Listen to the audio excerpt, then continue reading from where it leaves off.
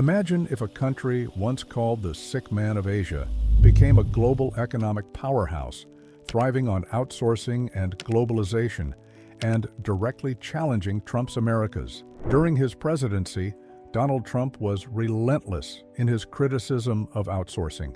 He vowed to bring jobs back to the U.S., penalize companies that sent work overseas, and encourage manufacturing at home.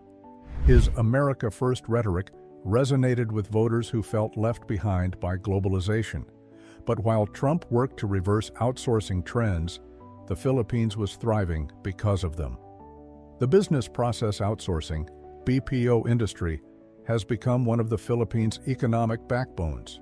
Call centers, IT support, back-office operations, you name it, and the Philippines has become a global hub for it. This didn't happen by accident. Filipino workers are fluent in English, highly skilled, and come at a fraction of the cost compared to their American counterparts. It's not just about affordability, it's also about quality. Companies like Amazon, JP Morgan, and Google rely on Filipino talent for critical parts of their operations. The BPO sector in the Philippines generates billions of dollars annually and employs millions of people.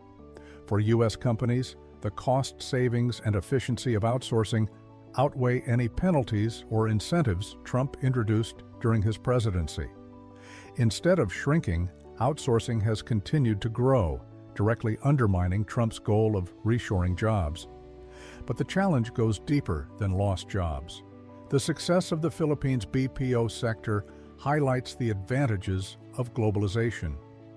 While Trump painted outsourcing as harmful to American workers, the Philippines demonstrates how it can drive development, lift millions out of poverty, and create mutually beneficial economic ties between nations. This stark contrast challenges Trump's core narrative and raises questions about the practicality of isolationist policies in a global economy. Another key element of Trump's presidency was his trade war with China. He imposed tariffs on Chinese goods, hoping to pressure companies to move their supply chains out of China. Ideally, he wanted them to relocate back to the United States, but that's not what happened. Instead, many companies looked for alternative manufacturing hubs in countries like Vietnam, Indonesia, and of course, the Philippines. The Philippines was perfectly positioned to capitalize on this shift. Its low labor costs, strategic location near major shipping routes, and improving infrastructure made it an attractive option for businesses seeking to diversify away from China. Industries like electronics, manufacturing, and agriculture began to expand, supported by foreign investments. While Trump's tariffs on Chinese goods aimed to benefit U.S. industries, they inadvertently gave the Philippines a boost.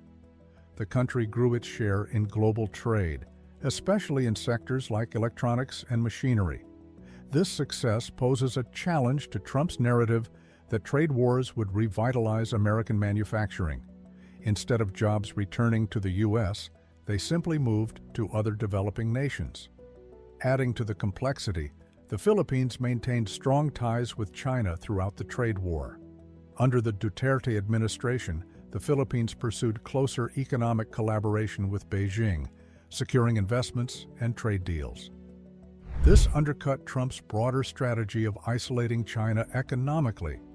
As the Philippines grows, it's also asserting greater independence on the global stage. This trend poses a challenge to the U.S., which has traditionally been a dominant player in Southeast Asia. Under Trump, the U.S. took a more transactional approach to alliances, often demanding more financial contributions from allies and scaling back commitments. This created an opening for other powers, particularly China, to increase their influence. During Rodrigo Duterte's presidency, the Philippines openly pivoted away from the U.S. and toward China. While this move sparked controversy, it reflected a larger trend. As the Philippines grows economically, it becomes less dependent on traditional allies like the United States. Even after Duterte, this sense of independence remains, driven by the country's rising economic clout. For Trump, who emphasized U.S. dominance in Asia through trade and military power, This shift represents a failure of his foreign policy goals. A stronger, more self-sufficient Philippines reduces America's influence in the region, making it harder to assert control or secure favorable trade deals. Trump's challenges with the Philippines don't end with policy. As a businessman, he also faces indirect competition from the country's booming real estate and tourism sectors. The Philippines has become a hotbed for luxury developments, resorts, and tourism-driven growth. Destinations like Boracay, Palawan, and Cebu attract millions of visitors annually, and local developers are creating high-end properties that rival international brands. For Trump's real estate ventures, which rely on branding and global appeal, the Philippines' rise in this space means tougher competition in Southeast Asia. The Philippines' economic growth is reshaping Southeast Asia and redefining global trade dynamics. But for Donald Trump, it's a clear challenge, both to his policies and to his business interests. From the booming BPO sector to shifting trade patterns and rising real estate competition, the Philippines represents everything Trump sought to resist: a globalized, interconnected economy where developing nations can rise and thrive. So, what do you think? Can economies like the Philippines and the U.S. find common ground? Or are we looking at a growing divide between globalization and isolationism? Let us know your thoughts in the comments below. And if you enjoyed this analysis, don't forget to like, subscribe, and hit the notification bell for more insights on global trends.